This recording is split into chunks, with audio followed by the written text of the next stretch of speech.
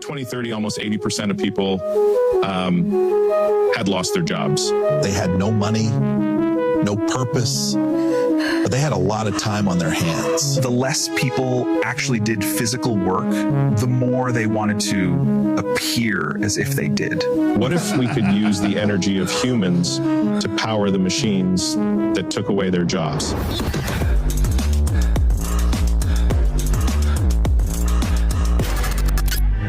Energem solved our need for energy and your need for purpose.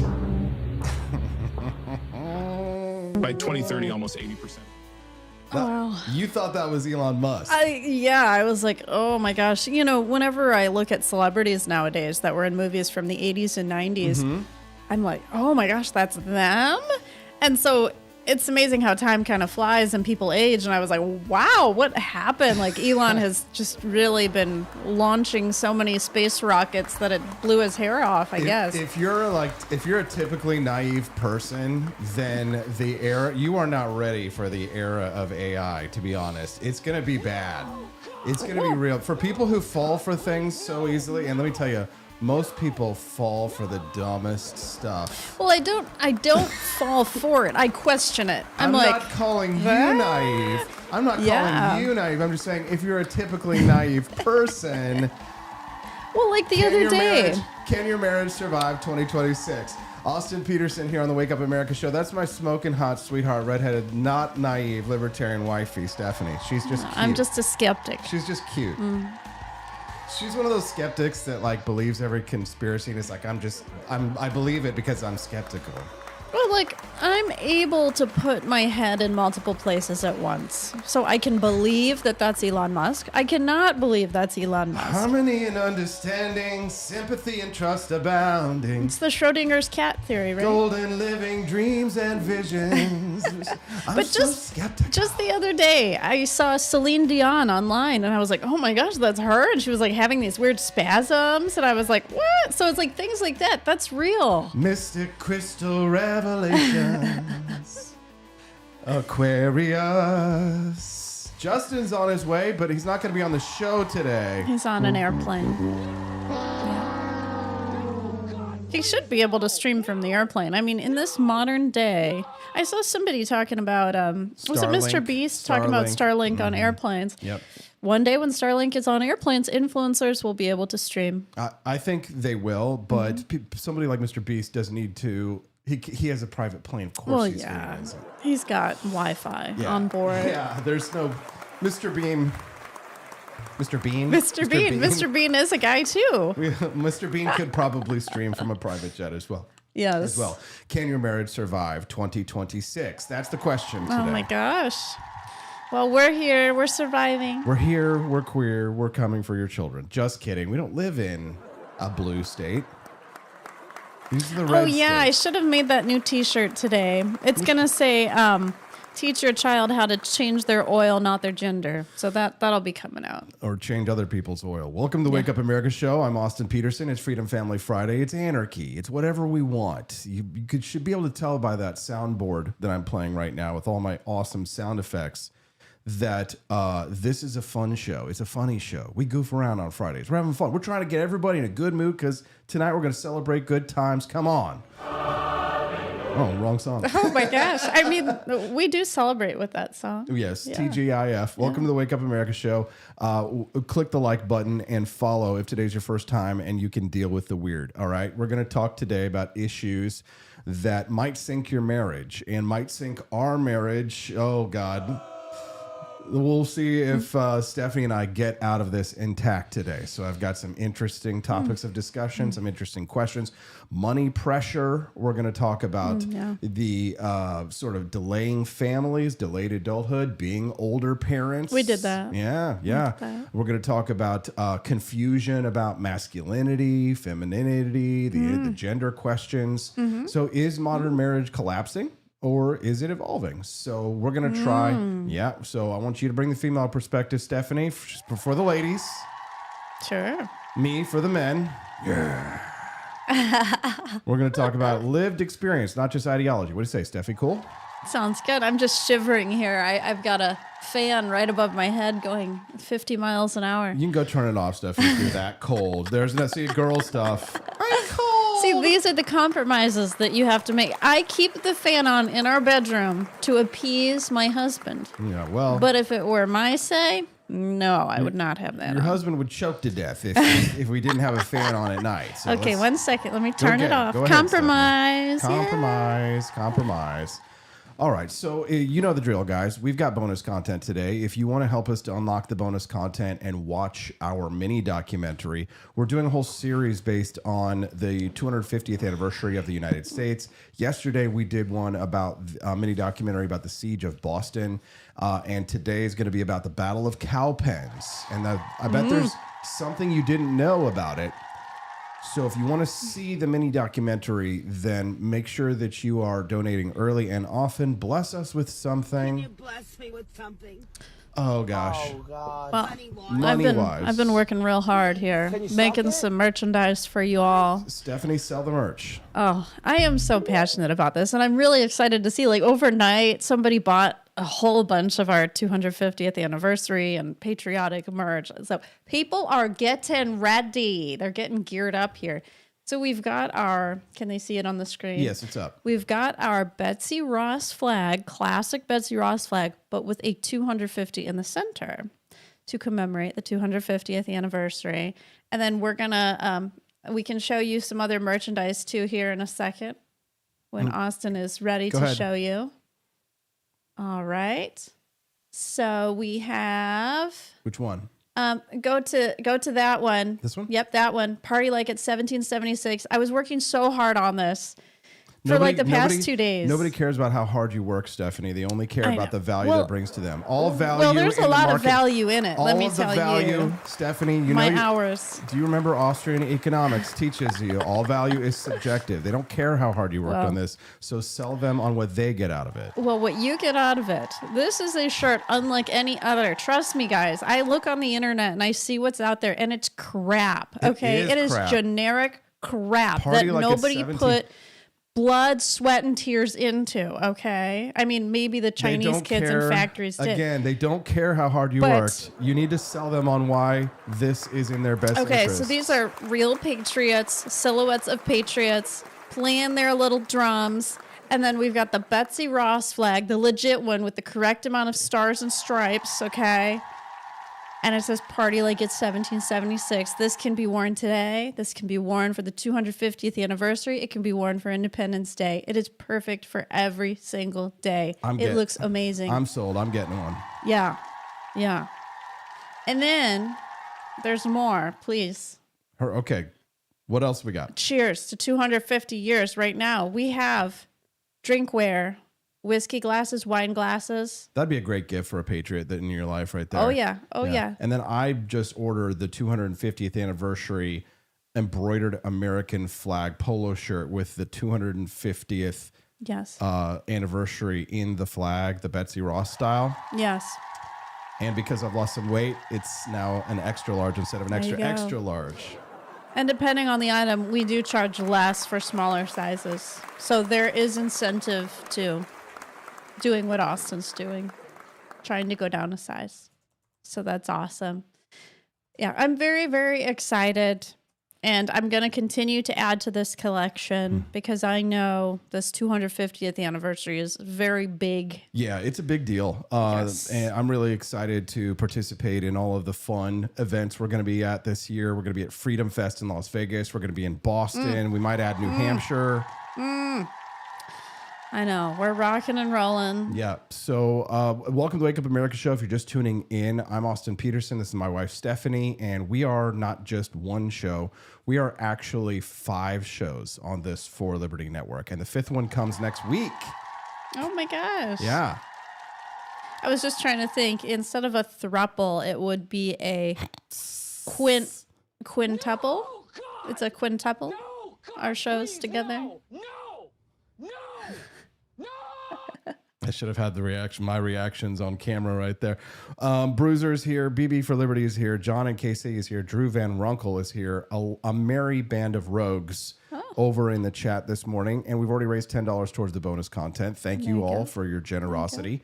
Thank you. Head on over and help to unlock the bonus content by keeping those Remble rants flowing or going to forlibertyshop.com and getting some of that fine merchandise, and we'll be glad and grateful. So if you have a spouse and they're in the house, get them in the room with you, because we're going to talk now about marriage, and we're going to ask we're going to see if your marriage can survive 2026. Are you ready? Okay. The biggest. I hope there won't be any divorces happening after this show today. The biggest jungle threat facing modern marriages is money. Over the past few months, outlets like the Wall Street Journal, Fox Business, and CNBC that even families that are earning over $100,000 a year say that they feel financially strained. Wow. So housing. How many kids do they have?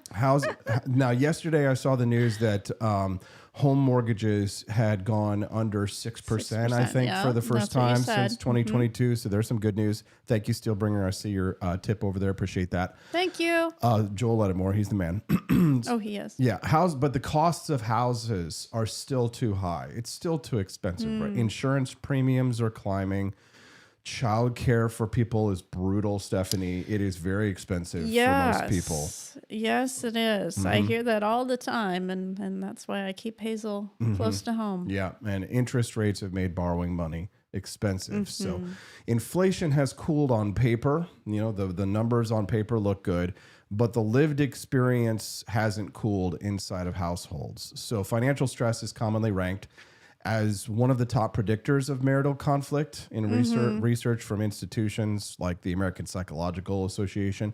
So the question is money the real villain in marriage in 2026? So let's talk. Let's I talk. think so. Yeah, when people say six figures isn't comfortable anymore, do you think that's lifestyle inflation and that they're buying too much crap, or is it real economic pressure, Steph? Well, it might just be because we live here in Missouri. But I think if we were making $100,000 a year, we'd be pretty darn comfortable. Well, the truth is that we make less because even though our business floats larger than that, it costs a lot to run this business. Yep. And so the finances and the checkbook have all been this massive, massive multi-tentacled monster for us because I am prolific financially, right? But the money's spread thin amongst several enterprises. Right. So with entrepreneurship comes risk. Yeah. And the risk is that any of these sources of financial income, for me, can be sometimes tenuous, right? Ups and downs and things like that. They flow with timing and the market and pressure. And right. So yeah, we probably have more stress than your average W-2 employee who makes $100,000 a year guaranteed, right? Yes. Because any given day, you and me both, we're not sure how much money's coming in from both of our businesses. We only eat what we kill, right? So I have to go out there and I have to go on the wild savanna and I have to hunt the wild boar and the elephant and whatever's available. Meerkats if there's nothing else. But I got to bring home the bacon. At the end of the day, I am responsible for bringing in a significant amount of resources, bringing to bear not just my mental resources, putting my mental health on the line, putting my physical health on the line. Because if there's a big job that has to get done, daddy's got to move it. If there's some kind of severe physical task, daddy's got to step in. Not to say that you're not physical and that you don't do them. Yeah. But there is more. You showed me how to move a refrigerator just the other day, and now I can do it by myself. I just want to make sure that when I'm dead, you can do this stuff. Yes. Well, and I think this is how marriage is evolving, right? We're talking about marriages may not be ending, they may be evolving. Back in the 1950s, this might have been rare, but like a man was the provider. If the man wasn't providing, then he wasn't providing. And the woman wasn't about to go to work. There were some women who were like secretaries or working for department stores. Like I remember my grandmother talking about some jobs she had. But in most families back in the 1950s, it was the man. It was all on the man's shoulders. Nowadays, the woman can step in. She can add hours at work. And so she takes some of that burden now in this modern age. It's true. Yeah. I think that, in some ways, how you get your money, how you're structured with like how you make a living. And we're mostly talking about like middle class, middle to middle upper class here. Then it changes the amount of stress in your household to the extent of it can bleed over how you treat each other. Because like the fact is like I saw Mr. Wonderful Kevin O'Leary the other day talking about this, and he says forget it. He's like, for the first few years of your marriage, if you're an entrepreneur, he's like, forget it. They're gone. Like their job, they're going to be out. They're going to be doing things. They're not going to be around if they're out there being a real entrepreneur and making things happen and moving and shaking. Yeah, I mean, I'm lucky you are home based. Yes, but we're starting to get to the point now, especially this year and definitely next year, if things continue on the path that they are, that like I'm going to be out on the road quite a bit more doing stuff like what we're doing. Yeah, and realistically, I mean, yes, my mom can come and help with Hazel, but like she can't come like every few weeks if we were on the road. I think we're working towards a scenario where you and I might be able to be as a family unit kind of more digital nomads. And as Hazel gets older, obviously she can move around more too and be more flexible. But then if you add another kid into the mix, which we're hoping to one day soon, it's like, well, then we're kind of set back again in terms of our flexibility. So like, the financial pressure is on for me to create a scenario where this institution that we're building grows, is financially healthy, can support payroll, can support, all of our staff that we want to have to pull off this operation, and still be able to say, well, maybe a year from now, 2 years from now, there's some event happening in California in Simi Valley at the Ronald Reagan Presidential Library. Right. So we're going to go and we're going to do the Wake Up America show live from Simi Valley, California at the Reagan Presidential Library. Wouldn't you like to see like the Wake Up America show with like the California sunrise? That would be cool. Yeah. So, but I mean, to do things like that, obviously you need resources. Right. So this year, for me, it's all about, I'm stressing myself out. Honestly, since right around mid-December last year, I basically committed myself to not just a financial sort of regime, because Hazel's looking me in the eyes every day, like a financial regime for like fiscal discipline, but also physical discipline. As you see, I might, if I've lost a little weight. You're making a lot of changes, and I think that's where our marriage will survive, because you are flexible. You are able to change. Thank you. In a lot of marriages, I think the struggle comes from one partner voicing concerns. One partner says, hey, you need to change certain habits you have financially, right? Overspending, whatever it is, you need to make more money. And the other partner doesn't always agree, and they don't always want to change. And so that's where you have the butting of heads, because both of their values are on different pages. Well, we watched this show, Till Death Do Us Part. Oh, it's a great show that talks about financial tension in families, because literally it's either you get your finances together or you get a divorce on this show, pretty much. I saw this example of a husband on the show who was saying everything that he said was right. Nothing he said was wrong, even though he was clearly overspending. He was clearly putting buying frivolous things that were putting his family in danger. Now, if he was buying guns, then I don't understand. But he wasn't buying guns. He was buying things I don't like motorcycles. No, I mean, guns are my weakness. But you haven't seen. I don't think I've bought a new gun. No, since you Hazel's haven't bought a gun born. recently. I haven't bought a gun recently. So I just. No. But one day, someday. And that's the thing, is that I always say, if you can marry somebody that has as similar values to you as possible, that's probably going to reduce the tension in your marriage. Because a lot of people, you got to look at your family of origin. What were the finances like in your family of origin? Like if you're from a rich family and you're used to having everything yourself, you're not going to deal very well with financial struggle. You're not going to know how to handle it. Yeah, for sure. And then there's some people who saw their parents having 2-3 jobs at a time. They had to work so hard. And then other kids, they saw their parents just spend frivolously. Other parents, like I've learned to save a lot. I'm a saver. And that's where you and I might have some tension, because I'm like, no, let's save. We really don't need that now. But then, you're not as big of a No, saver as savers- me. I'm extreme saver. No, savers are Yeah. savers are losers. Let me tell you something. Right. See, so that might be where there's some value differentiation here in our own relationship. No, it's not a value. We share that value. In my heart, I'm a saver. Yeah. But in my brain, we live in a Keynesian economy, Yeah. and you have to accept the financial marketplace as it exists, not as we would like it to be.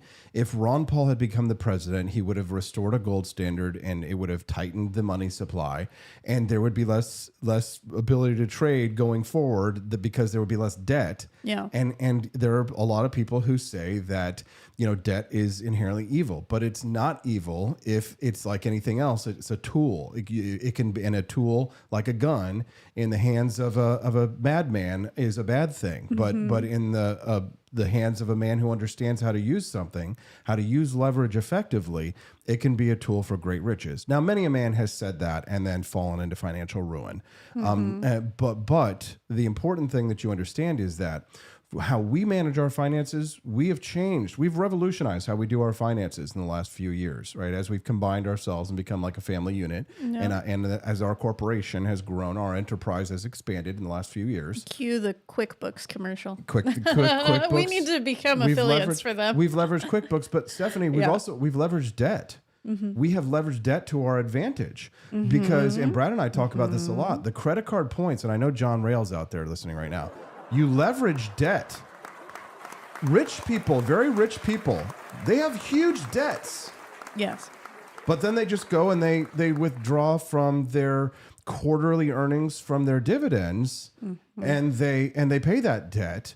Right? They never sell property. The rich will build an asset, and you try not to sell that property. Whatever you do, try not to sell that property. Try and leverage it, right?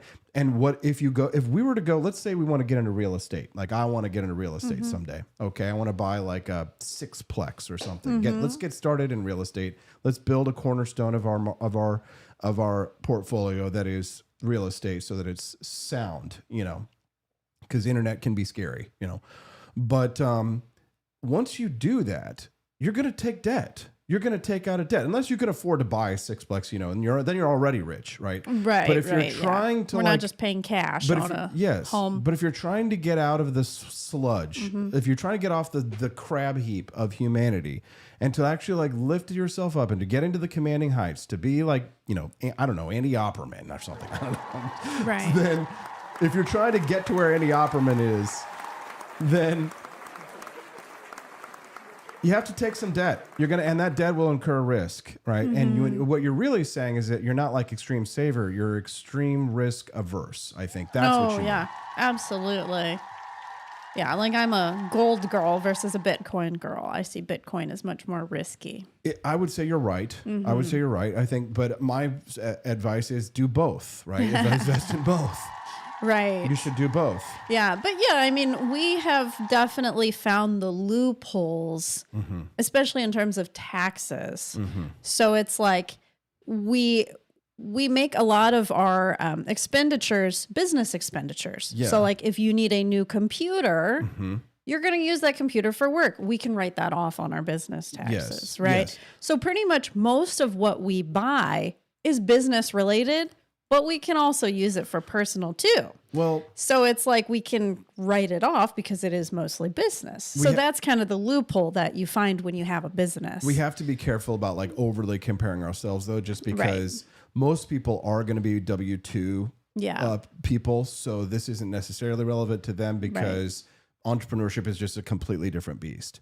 So the thing is that, and when you see this in the show, Till Death Do Us Part, most people, they only have a certain amount of money that they're going to make that year. So for them, budgeting is extremely important because if for their budgeting, not to say budgeting isn't important for people with entrepreneurs that are entrepreneurs, but when you have a fixed income essentially and not a lot of ways to expand it, if you don't have a side hustle, then I mean, I hate to say this, but it's like most people don't have a good long time horizon. right? They're not really always thinking too. Most people are kind of thinking about the immediacy. Oh, especially this new generation. Yeah. Most people do not have much of a savings. Most of the young people nowadays. I forget what the actual number is, but it's definitely less than $10,000 in their savings account. Again, I'm not even talking about savings because like I don't even really think, other than just like an emergency fund, I don't really think savings is really all that important these days. But I know Whereas, it's like I would rather have $100,000 in stocks than $100,000 in savings. No question about it. Well, yes, no but question. and that's what retirement funds are for the most part. Yes. They're in stocks. Yes. But they're meant for your retirement. Right. So you'll take it out as you need it when you retire. So yeah, I agree with you that things sitting in a savings account now with the interest that's in the savings account, it's pennies. It's pennies. Like even if you have thousands of dollars in your savings account. So yeah, the best thing to do is probably to put it in like safer stocks, like mutual funds. What are the other kind that you use? I like to use ETFs. ETFs, that's right. ETFs, exchange traded funds and things like that. But we leverage debt. We leverage the credit card debt. We pay for everything on credit cards because it also includes a layer of security that you don't get with a debit card. Oh, I used to use a debit card up until like probably 2015 when somebody started purchasing baby supplies on my debit card. This was before I even had a child, right? So I learned real fast how hard it is to get your money back on your debit card when somebody spends it. Yeah. You got to go through like fraud, through the fraud service at your bank, and then they hold your money until they prove that somebody actually stole it. If it's a credit card, the credit card company just writes it off. Right. So I mean, chargeback. So that's the thing is that like if you use a debit card, I'm not saying you're dumb or anything like that, but you're definitely like ignorant. You're missing out on, first of all of the points that you get just from spending the money in the credit card. Just pay it off the next day. But some people, they don't have faith in themselves. Oh, yeah. Or they've listened to Dave Ramsey too much, which I think is actually a problem. Like Dave Ramsey makes a lot of good points, but I do not agree with him about He does the have a nature of debt. budgeting app that is free. He does. It's called Every Dollar. Yeah. I do recommend it. Yeah. I think that the problem with Dave Ramsey is I think he doesn't have as much faith in humanity as I do. So I want people to use those systems that are out there to leverage themselves out of poverty. But poverty is kind of this recurring trap because it's in many ways poverty is a mindset. It's not just a state of being. It's also a self-perpetuating system of habits, of bad habits. And that's why I agree. Some people probably should not have a credit card because they just do not have the impulse control that they need. Because a lot of people are like, oh, just put it on the card and just pay off the minimums. And then, there's so much interest on top of interest with your credit card payments. It's terrible. So if you feel like you really can't control your behaviors, keep your debit card. But if you feel like you want to try to control your behaviors even a little bit and learn new habits, get a points credit card. Well, other than like people who have like serious mental blocks or something like that, how could you know that you have that issue and not be like, I'm going to fix that? Because they have never learned how to fix it. They come from families where their mom and dad spent, never knew how to save. So it's like these people have no skills at all in their brain. They never learn this stuff. I know that's hard to realize, but like some people just do not know. Knowing what we know, this is going to be a tough question. This is going to be interesting. I'm going to be curious to hear your thoughts on this one. Knowing what you know now about our finances, that you about a year ago, I asked you to become the wizard of our finances, and you know what? Yep. You did it. I did it. QuickBooks. QuickBooks is not easy. I mean, I'd say major kudos to QuickBooks, but it's not easy. QuickBooks, unless you want to pay a lot of money, like over $1,000 a month, to have someone do your books for you on QuickBooks. If you do it yourself, it's complicated. And then taxes, and then the tax situation, TurboTax. Also, when you're doing it yourself, these live agents that they have, they're good, they're helpful, but like I spend hours upon hours talking to these agents. So it's very time consuming. You basically become an accountant. Stephanie has been on the phone for hours and hours and hours. It has been so frustrating. But after 1 year of butting her head up against the wall, she got a hold on this massive beast that was this, this growing enterprise. And now she's like riding the bull, doing the bull dance, feeling the flow. Yeah, I get it. Our books are balanced, reconciled. We had to do it though. Yes. We got a daughter, we got employees, we got, everybody has to eat before I eat. So I have, because Big Chief Wampum over here has to go out, kill a giant woolly mammoth, cut it up, send it all to you guys, put it in, Hazel screaming, get the bottle in her mouth, you got to make payroll, pay. The government is sitting there every 2 weeks ready to steal. I get thousands and thousands of dollars in taxes that we have to pay every month. Quarterly tax. I pay so many goddamn taxes. It's not even funny. But we're getting smart, and we're starting to rein it in. What the tax man, what we're going to give to him, and then soon we'll be able to start moving our money like the real Kevin O'Leary people will do, starting about next year. Got to make your nut, but everybody's got to eat before daddy eats. That's how it works. So you were saying there's like a question now that I've seen the books. Now that you've seen the books. Yeah. The question is, we merged our finances. Do you think that was the right move? Or would you have preferred, now looking back, would you have preferred to keep our finances separate? What do you mean by merge our finances? Well, now we sort of like we commingle our funds, and we well, not as bad. I mean, we still have separate accounts. Yeah, but we file our taxes. We together. file them jointly. Yeah, we file them jointly. So it's like hard to wrap your mind around when you're so used to being independent all the time. There are a lot of people who they keep all their finances separate and they file their taxes separately. Right. Yeah. No, we don't do that. Would you have not merged them? A lot of people merge all their finances. Like they only have one checking account. Right. For both of them. Right. So I mean, I don't think it really matters if we give our secrets away about what we're doing, because it's not like anyone can get into our accounts. But so I have my own personal account. You have your own personal accounts, and like that's good for, if you're buying gifts or something and you don't want the person to know, and it gives me peace of mind just knowing how much I'm bringing in, because I still get confidence from knowing that I'm contributing. So my money does come through a private account, but then we share bills jointly together as we're able to.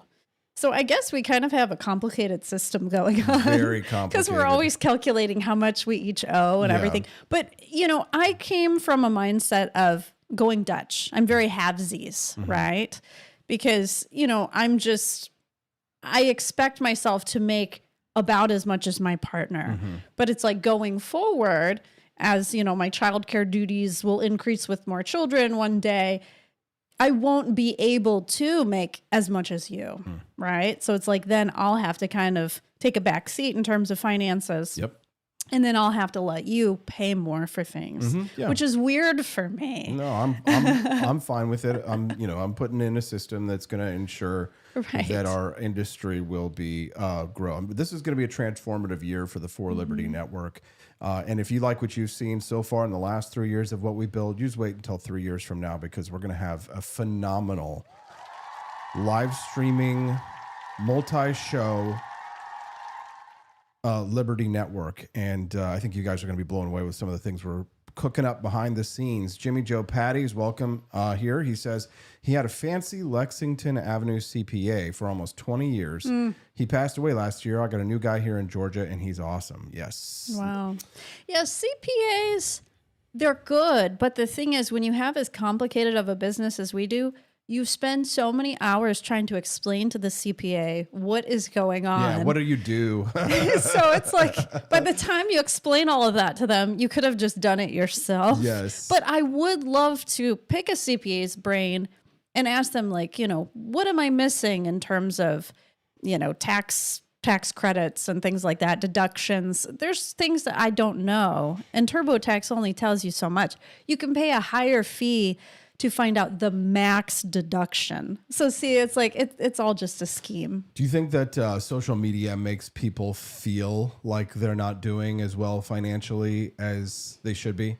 Oh my gosh, yeah, of course. Because it used to be, Keeping Up with the Joneses was about seeing what your neighbor had next door.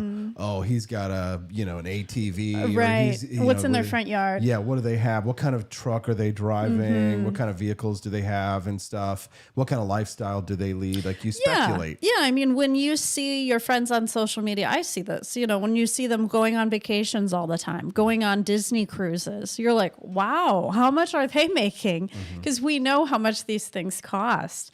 And so then it definitely makes you question like how can I get to do those things? What are they doing that I'm not doing? And so, yeah, absolutely. I mean, comparison is happening a lot right now with social media for everything. Like people showing their big happy family, right? Their professional photos of all their kids and all their family members looking so happy, right? Like that leads to jealousy. So if you could, let's say, make one rule about money that would protect marriage, what would it be? Oh my gosh, one rule about money that would protect marriage. I just think compromise. If only couples would just listen to each other and respect what each other is saying, I think compromise is possible. And so as long as both people feel like they're being heard, both people feel like change is happening, then you'll be fine.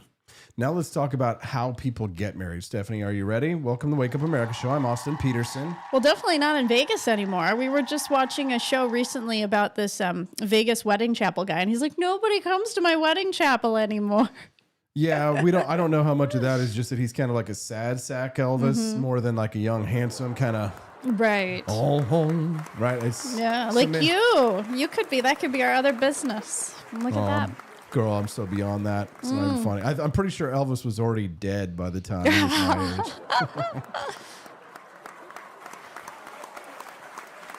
How old did Elvis live to be? I don't know. Yeah, I forget. I want to say like 50 or 60, Yeah, but he looked pretty old at the Elvis when he died. Let's see.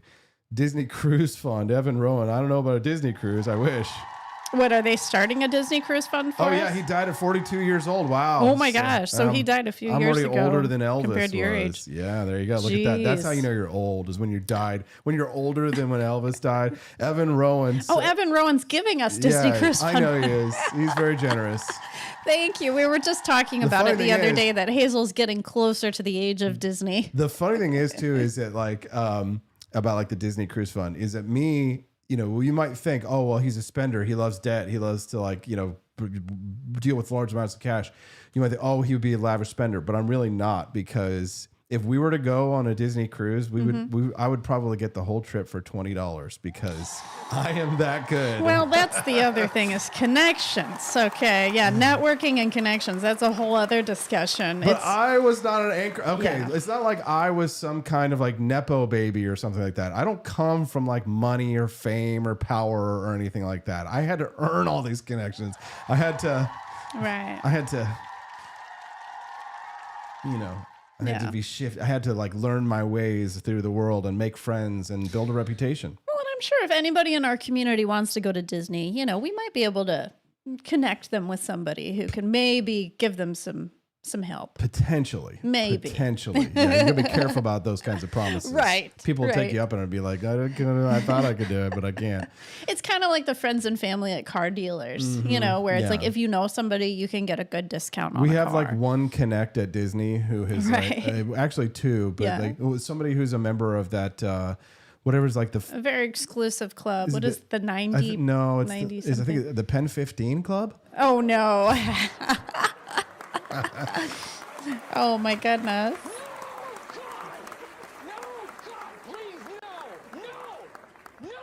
All right, so let's talk about the way that people get married, Stephanie. So dating apps are dying, apparently, which I know. You know what? Good.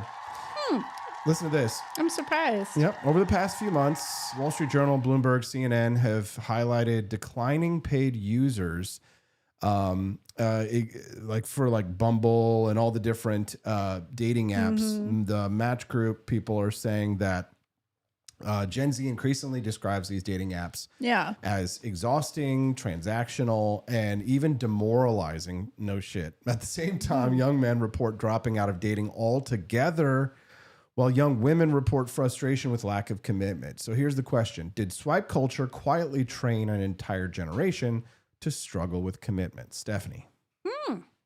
This is surprising to me because I still know that people are on Tinder for sure. But I would assume with the increase in AI, Tinder's probably getting very messy. There's probably so many robots on there that you don't know who's who. It's always been that way for guys, but probably now it's that like even the girls are being spoofed in some ways. So it's, you know, if you're a guy, it's usually 3 out of 5 of the people you would try and talk to would be bots or fake, fake profiles and stuff. Yeah. At least back when I was single and I used them. Yeah, I mean, I'm trying to think anybody who I've talked to recently who's gotten in a new relationship, how did they meet the person? I don't know. I mean, it's hard to believe that people are actually socializing more.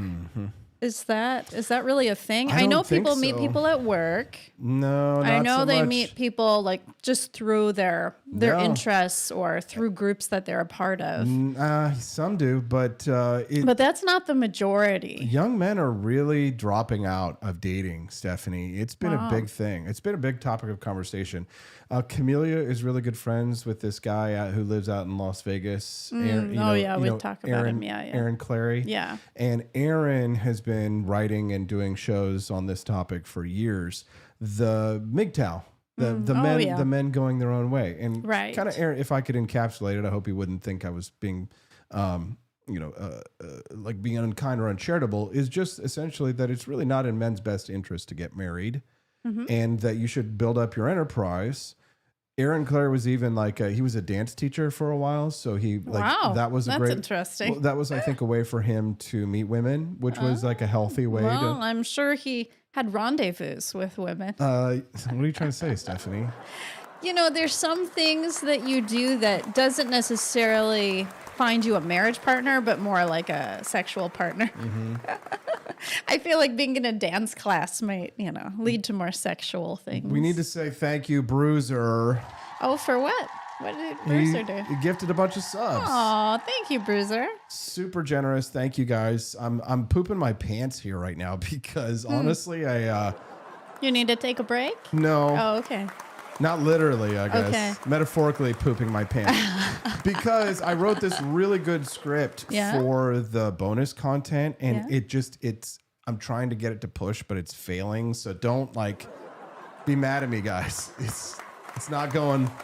Oh my gosh. You have to export it, the video, and it takes a little bit, and it's Okay. like failing every time. What? There's some technical error. You have to understand, producing a 5-minute mini documentary that's of like literally any quality. Oh my gosh. Even with AI, it takes Well- it takes a real serious effort. So it's just dying right now. So we'll take a break, and I'm gonna furiously try and fix it because it looks like we're gonna hit the bonus content today.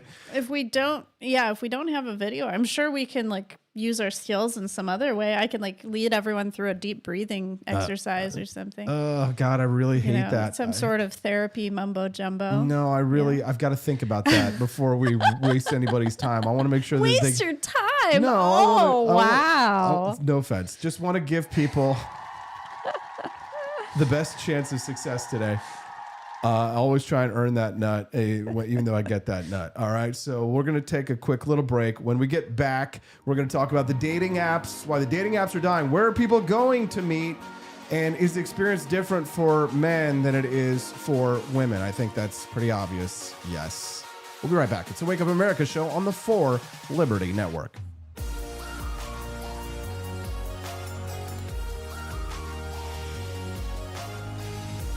A city where businesses never sleep, the technology still crashes. When technology turns criminal, they send up the signal. He's not a myth, and he's definitely not your nephew who knows computers. He installs, he protects, he backs it up, he keeps your business online and out of trouble. Managed IT, security, cloud, support that actually answers the phone. Layer 8 tech. When your network breaks, he wakes. Call Drew before your tech needs a rescue signal.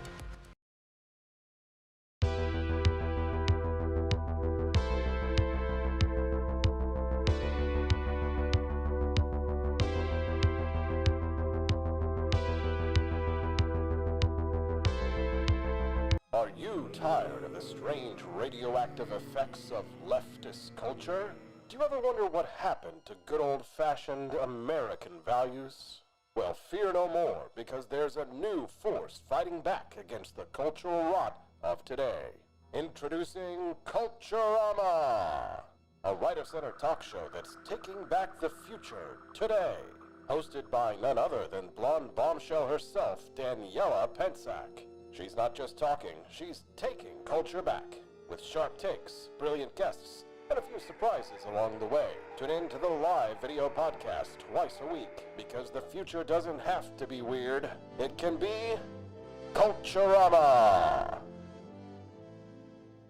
If there wasn't going to be somebody who was a fiery champion of liberty, somebody who would get out there and who would be aggressive, and if they wouldn't do it with more fire or passion than I had, then I would go and I would fight this battle for us.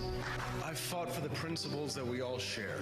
Parties tend to be secondary to me. We're here because we believe in the principles of liberty. I am not a perfect messenger, but I think I'm a damn good one. This is a replica of our first president's flintlock pistol. You have my full support, my respect, and my gun.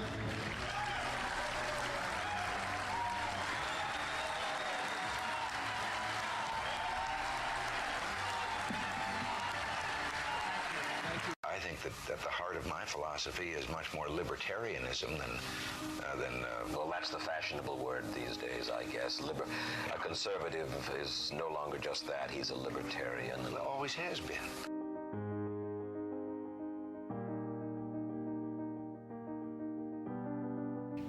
Yet any time you and I question the schemes of the do-gooders, we're denounced as being against their humanitarian goals. They say we're always against things, we're never for anything.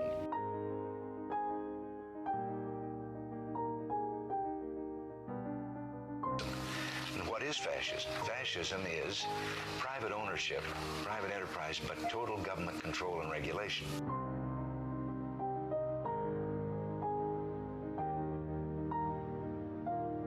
Well, the trouble with our liberal friends is not that they're ignorant. It's just that they know so much that isn't so.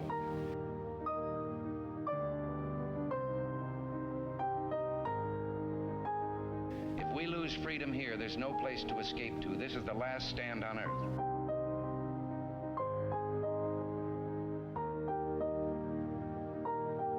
This is the issue of this election. Whether we believe in our capacity for self-government or whether we abandon the American Revolution and confess that a little intellectual elite in a far distant capital can plan our lives for us better than we can plan them ourselves.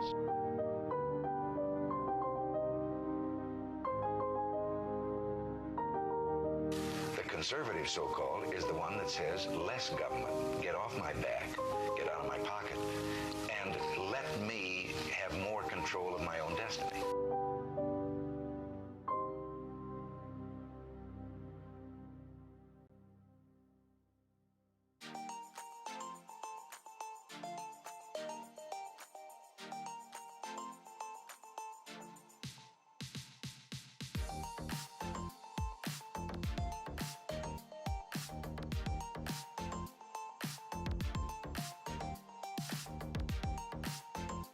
The left in America tells us not to have kids to save the planet, but in Cuba, they stopped having kids because the state destroyed the earth.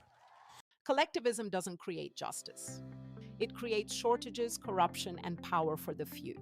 I've not just seen it, I've lived it. My family escaped it. Now the same failed ideas are being sold to a new generation. I'm here to expose the lie and defend liberty. From Cuba to Argentina to the United States, the freedom movement is rising. Cafecito Libre is the exile voice of economic truth. Cafecito Libre, premiering March 3rd as part of the For Liberty Network, only on Rumble.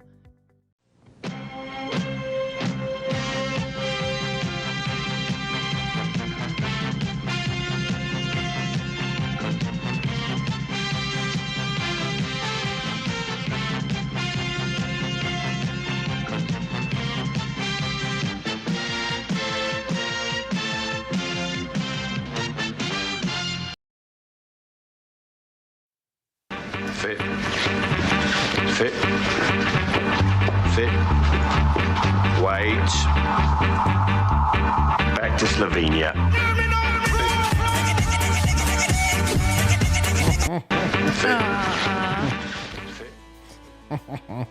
Fit. Yeah, there's more of those shows nowadays. What are you on talking YouTube? about? Oh. You know, where it's like where they go down, one person goes down a row of women and then they have to like pop the balloon if they want them or not, or they don't, or if they pop the balloon, that means they don't want you. I think this new generation, that's what they do. Or they do those things, Daniela Pensack was on it, where you are at a table with different dating matches and you press a buzzer if you want them or not. Jubilee. Yes. Yeah. No, that's how the new generation does the Ali G show. Yes. So that's immigration control, Stephanie. Yeah. And the officer is deciding who's fit to come through. All right. And all the hot girls get through. Oh my gosh. And then when they see her, they're like, back hold on to a moment. Slovenia. Back to Slovenia. Which you would think is a pretty good joke when that came out years ago. However, as it turns out, that is actual immigration policy, official immigration policy in the United States, because take a look at this. Colombia student detained by ICE will be released after Mamdani meeting with President Trump, mayor says. So there's a woman that they're disputing? Bro. Zoran Mamdani met with President Trump and asked for special permission for this student at Columbia University. That does not look like a student. That looks like a Playboy model. Columbia student detained by ICE will be released after Mamdani meeting with President Trump. I would be interested to see all of the beautiful women that they detain. 9s and above can stay. Agreed. Wow. Huh. Oh, yes. Look at I mean, they will help society, or this right? one, we must deport all, not you, illegal criminals right now. Oh my gosh. I never thought about this. We want America to be beautiful. Welcome to the Wake Up America show. I'm Austin Peterson, and we're grateful and glad that you are here. It looks as if we've done it. We've got an epic bonus content for you today. Wow. It went through. It's not deep breathing. It's a video. Yeah, we've got it. So you guys are going to love it. Make sure that you hit the $100 moment. We're like $5 away. We're going to do it. I think so. I have faith. If somebody buys one of my new items in the shop, we will get there. Yes, there we go. So thank you so much for everybody for getting us this far. Freedom Family Friday is wonderful. We are going to go behind a paywall at 8:30 a.m. So about 30 minutes from now. So the best way to support the show is to gift subs to each other. And I see people like Bruiser and others have been doing it. I see Andy, Drew Van Runkle, Joel Lettimore, Evan Rowan. And Bruiser 75. You guys have all stepped up financially. You're amazing. Thank you. Thank you very much, everybody. Can we still get yoga meditation? Actually, you can, but that's Wednesday nights, fight night. So we meditate and then we beat each other up. We're talking today about whether or not your marriage can survive 2026, but we're also talking about how to get married and the traps and pitfalls of the modern dating world. So young people these days are rejecting dating apps. They're it's happening and that it's real when the financial situation at many of these dating apps has grown very tenuous. Some of the biggest companies in dating, Match.com, right? Match Inc., which owns several dating websites, is their revenue is really hurting because Gen Z doesn't want to pay to get played. Honestly, I don't blame them. I don't blame them. I was going to say maybe this is because of AI, but I don't know. I don't think people are having AI girlfriends more now. Or well, boyfriends. yeah, I do. They probably are a little bit. I think they are. Yeah. I was actually just on my community chats for like social workers the other day, and there were social workers in private practice saying that they're losing a lot of clients because of AI. Really? So I would bet that AI is contributing to some of this decline in the whole dating market. People may be relying on AI for just fulfilling their needs in certain ways. I think so, actually, as a matter of fact. At Same Wine Bar with Ava AI, and this is the first ever real-life date cafe where you can go on an AI date with your AI partner from their app and go into your own little world with your headphones to have a FaceTime with them, but also be in the company with other real people who have AI partners. What? So it's been pretty interesting so far, but this is opening night and we'll see if this is something that can replicate in other cities. So these are all AI profiles that you can pick from on Eva AI. Send some warm, romantic, NYC girl next door, supportive thinker, mature grace. The female characters are obviously fairly reductive. Please, the males reductive. are interesting. A Santa to say the Claus? least. You could be with Santa Claus? But yeah, you can chat with them and they'll send you messages through the day. Or alternatively, you can do video calls, which a lot of people are having protracted conversations with their AIs here. I am just leaving what purports to be the world's first AI dating cafe, and it was an interesting experience. A couple people were genuinely there with their AI boyfriends and girlfriends on dates with headphones on, having little video calls, but the vast majority of people were admittedly fellow members of the media. My takeaway was, I don't think the people who want to date AI are generally people who really want to venture out into the real world to do so. I spoke to one person who was there with an AI friend of hers, and she seemed a little bit nervous to be out in the world like that and said that she felt that she kind of was having sensory overload. Oh my gosh. And, you know, it's a nice, perhaps healthier middle ground, but I'm not sure it's the future. Huh. I'm not sure if That's it's the future either. interesting. It you know what it reminds me of is the waifu pillows. Remember the waifu pillows? Yeah, in Japan, I'm sure this sort of thing is very popular. I'm glad I didn't leave that up there when I like made it when I like lowered it, because there's like so much porn right now. Ugh, it's like On gross. Twitter? On Twitter, Oh my yeah. goodness. Is that what people are doing? They're just relying on porn rather than going out and dating? Yeah. I don't know. Yeah. Waifu pillows. This is a real thing. I've got it pulled up on the screen right now. Somebody bragging publicly. I'm now the owner of an Odalia Blight waifu pillow. It's smaller than I thought, but it's mine. Well, Oh. It's not even, I thought that it was like cut out like the person, but it's just like a rectangular pillow. it's literally just a big old pillow. So weird. You know what's funny is that we actually do have waifu pillows on our website that you can, I guess, if you want to hump it. We have a dog for bestiality folks. Oh my goodness. No, God, no. Yeah, so if Daniela Pensac's dog. Or maybe you love grenades, or George Washington's flintlock, the pistol pillow available. You know, we accidentally left our atomic bomb pillow in an Airbnb. Yes. So I hope that there's an Airbnb That's okay. guest somewhere. I'm who's ready to get enjoying the another one. pillow. Maybe we should get the Killdozer pillow. What do you guys think? Or the tank pillow? Aww. These are awesome. Let's be real. Well, we have a gun pillow upstairs, so we already have a gun pillow. Yeah, but check it out. You can get a 1911. You can get freaking energy sword. You know, Brad wants that. I mean, these are really cool. My Pulo collection that I first started probably over a year ago now. Yeah, look at that rocket launcher pillow. That's an awesome, awesome pillow. And then Founding Fathers pillow. Stephanie loves the Founding Fathers. We sold them. We sold some.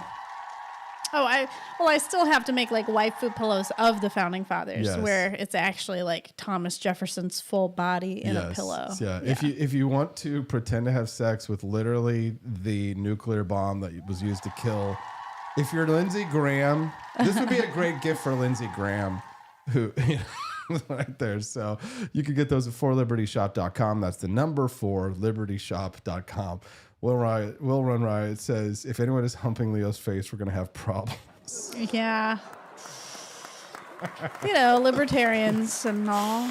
Are you not entertained? Are you not entertained? I think that this is such a good show. Well, it is. It is. We're going to start advertising heavily this summer. WakeUpAmericaShow.com is where you can support the For Liberty Network and help us to grow this enterprise, to turn it into something very special. We're already doing something very special, and if you're already a part of it, thank you. You are a true patriot. I'm going to tell you something. The more I learn about people, the more I've been on this journey for liberty, this quest for glory, for liberty, the more I have learned that everybody likes to talk a good game about the fact, oh, I would have been with Henry Knox and I would have crossed the mountains with the cannons to storm Boston Harbor. No, you wouldn't. No, you wouldn't. Most of you wouldn't. Not you, the viewers, listeners of the show. You absolutely would. The royal you. Most people talk a good game about liberty, Stephanie, but they very rarely. You know what they think it is just talking online or just not doing shit. They don't want to do anything. Yeah. And you know how I know this? Because I'm trying to give people jobs. You know how I'm campaignjobsnow.com. So if you go to campaignjobsnow.com/AP for Liberty, tell them Austin Peterson sent you. You can get a job right now working on a campaign. Yep. Getting paid. It's not Nancy Pelosi money, but I mean, it's good money. Yeah, you get free lodging, free food, I believe. Lodging, and then food, transportation, at least $2,000 a month. Yes. No, it's more than that. It's more than that. It's like over 3. Oh, wow. Okay. Yeah. Pretty sure. Absolutely. But here's the thing is that when I post for those jobs, I'm like, hey, here's a good paying job getting started. I had to volunteer to get into politics. These people can get paid. And I posted, people like, that's not that much money. I'm not going to do. Oh, I have to do. Yeah, you do have to get out there and earn something. What did you think you're going to earn? Like the salary of like a financial analyst in like a Fortune 500 firm right out the gate? It's a temporary job to go and knock doors for campaigns, for candidates, for right wingers, people who believe what we believe. Right? You can choose which candidate you want to support. You don't like this candidate, you like that one. You can work on one or the other. But people are actually complaining. Like everybody likes to puff up their chest about their patriotism, right. Stephanie. Very few people actually do it. The thing about our community, though, is they do it. They do step up. Our people are patriots. They do step up. Yeah. They do shit. And you got to love them for it because, frankly, there's no way you can win a revolution if somebody isn't buying powder for the magazines. So I want to implore you right now, if you haven't seen WakeUpAmericaShow.com lately, to check it out today. Go to WakeUpAmericaShow.com. It's the sort of informational hub for the For Liberty Network. And if you click on the support page right there, it's going to take you right here. We've got this nice and cleaned up for you all.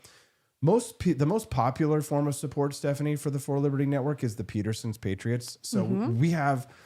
most people are donating $17.76 a month, and God bless them. They are Peterson's Patriots. Yeah, we were just talking about how many Christmas cards we're going to send out next year. Well, yeah, this year. It's going to be a lot. Yeah, it's going to be a lot of Christmas cards going out this year. But Leadership Circle, Action Jackson, Grants Army. Some people make a one-time donation. That's great when they go to WakeUpAmericaShow.com. Some people, we ask them for $17.76 and they choose to donate $20 or they choose to donate $50. And God bless them, if you can believe it, in the Founders Circle, we've got a few people who are donating $100 a month. And you can see right here at wakeupAmericaShow.com/support, you can see the benefits that you get, including Stephanie was like, make sure you tell them about the Christmas card. Well, I know that's a good selling point. Nobody supports us because they get a Christmas card, Stephanie. Come on. I mean, it's all about valuation, right? They know what they're getting. They're getting Cafecito Libre next week. They're getting Liberty Tonight. They're getting Culturama. They're getting all kinds of great stuff from the For Liberty Network. But they're not getting no Freedom Arcade. No Freedom Arcade tonight.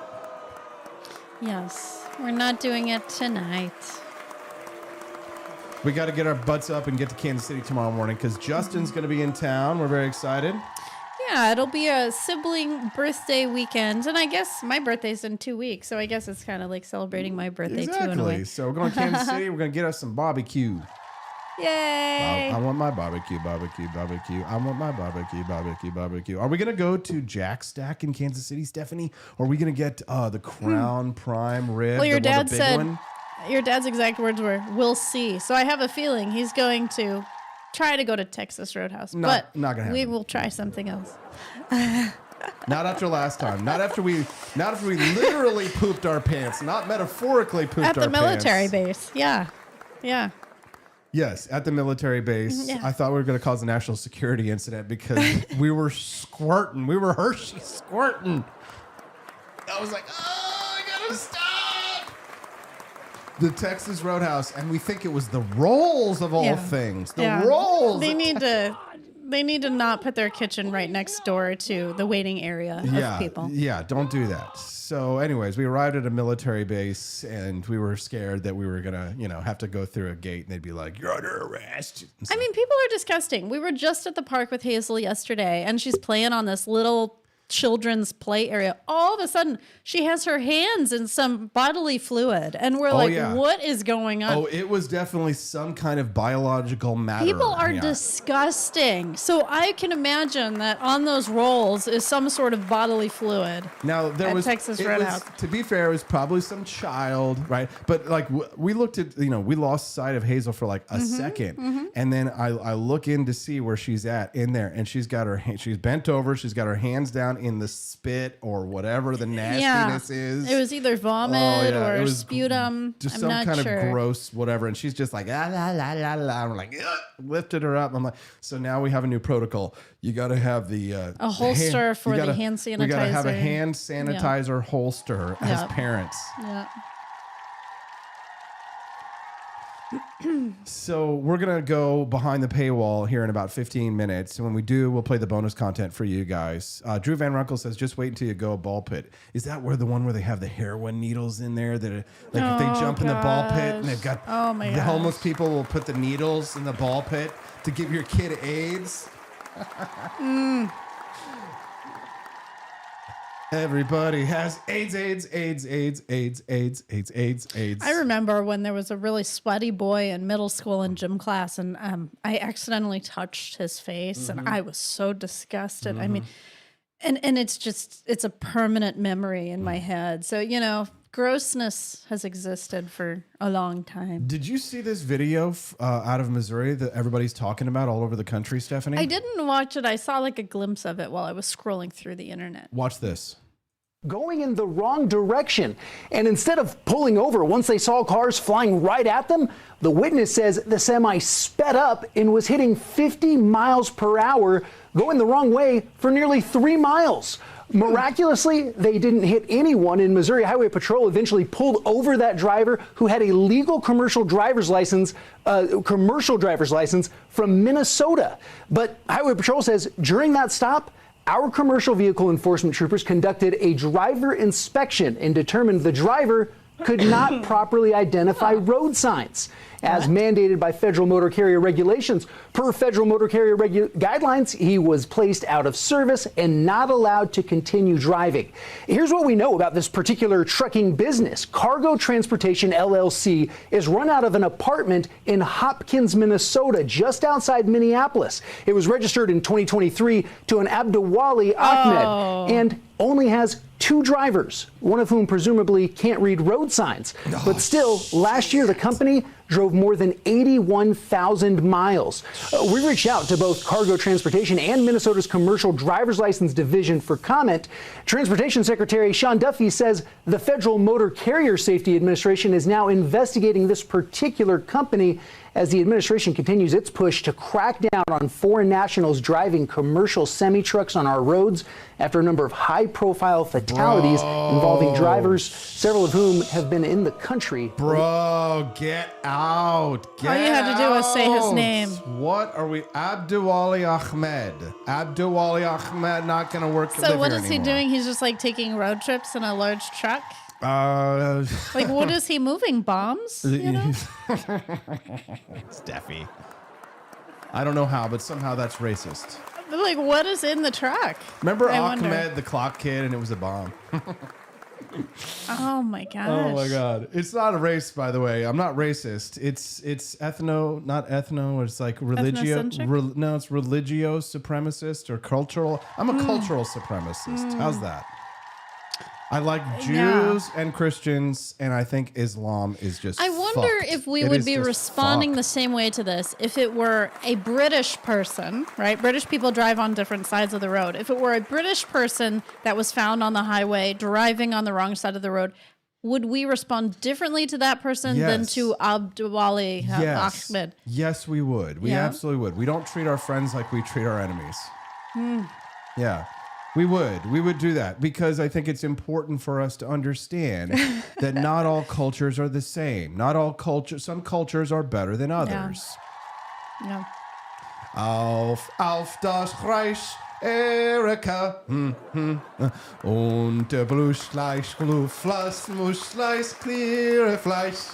Und Well, I das actually was. I can talk about this example. Erika. So my niece was reading our Afuera book, our Javier Milei book in Spanish last night, and my sister messages me and she says that my niece was offended by Viva la Libertad I can't believe you're Carajo. going to bring this No, up no, on I think this air. is good because we're talking about You cultural guys- differences. Okay, yes, This is here's- good. Okay, we're about to get real personal. No, I'm just making a comment about cultural no, wait, differences. we're going to get there. You can bring that up, Stephanie. Yeah. If you're going to go there, though, we're going behind the paywall, okay? So Okay.